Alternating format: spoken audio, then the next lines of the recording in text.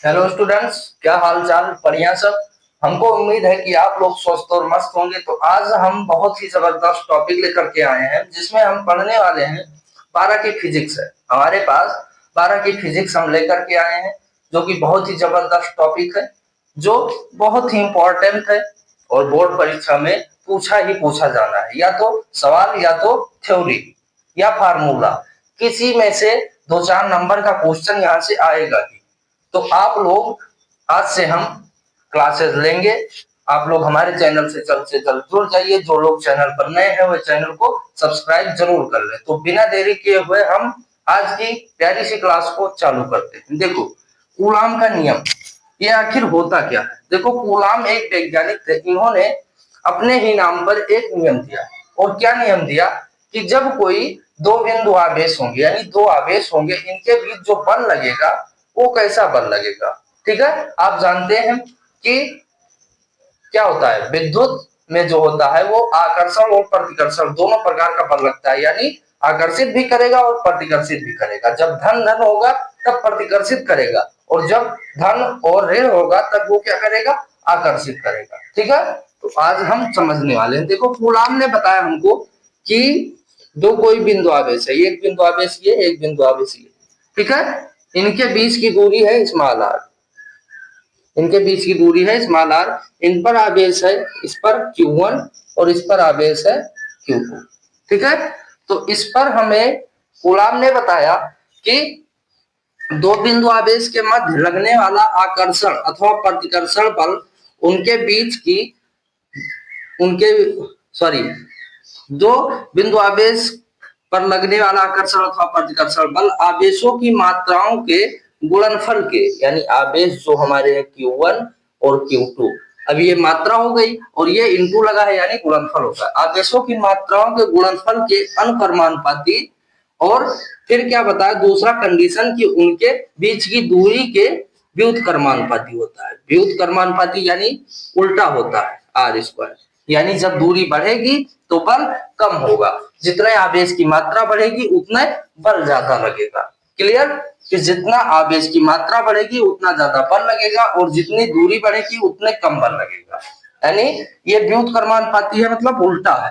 ठीक है, तो अब हम वही लिखेंगे कि दो बिंदु आवेश के मध्य, ये लिखना है हमको, पूछ लिया जाएगा तो लिखेंगे दो बिंदु आवेश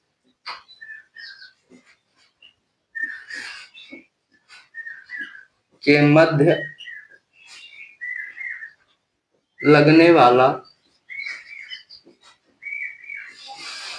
अभी हमने बताया आकर्षण और प्रतिकर्षण दोनों प्रकार का बल लगेगा। आकर्षण अथवा प्रतिकर्षण बल कामा आवेशों की मात्राओं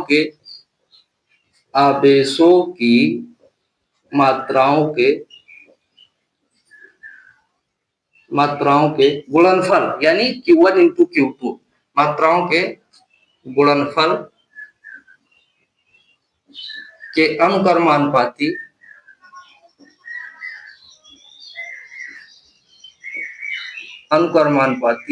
तथा उनके बीच की दूरी के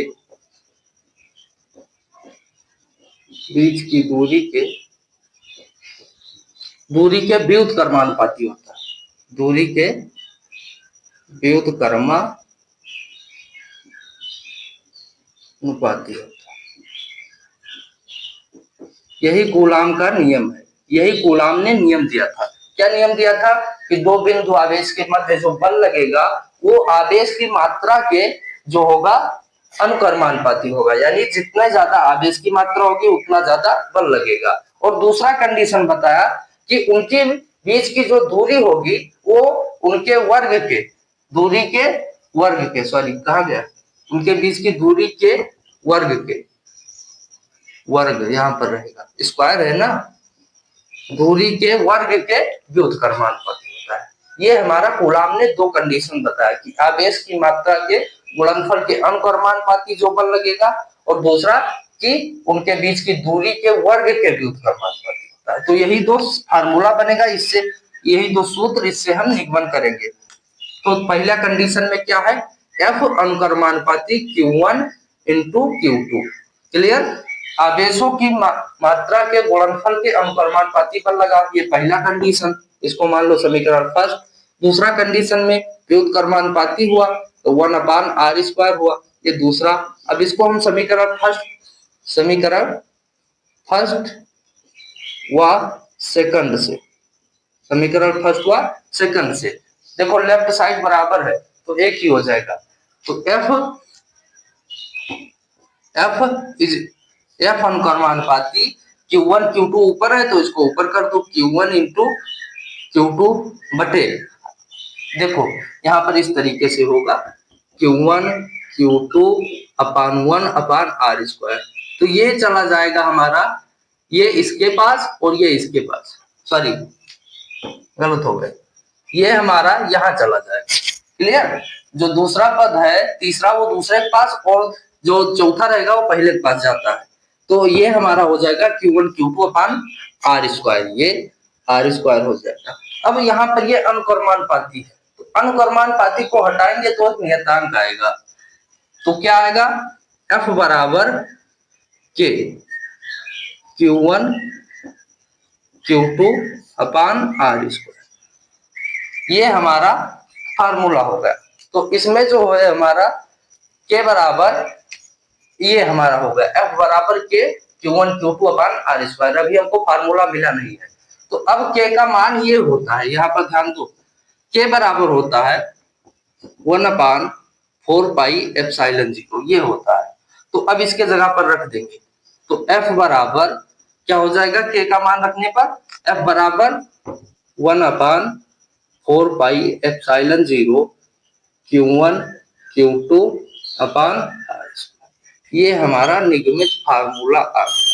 ये निगमित नहीं हुआ है, बट जो गुलाम ने बताया उसके आधार पर ये हमने फार्मूला तैयार कर दिया। इस पर सवाल भी पूछा जा सकता है।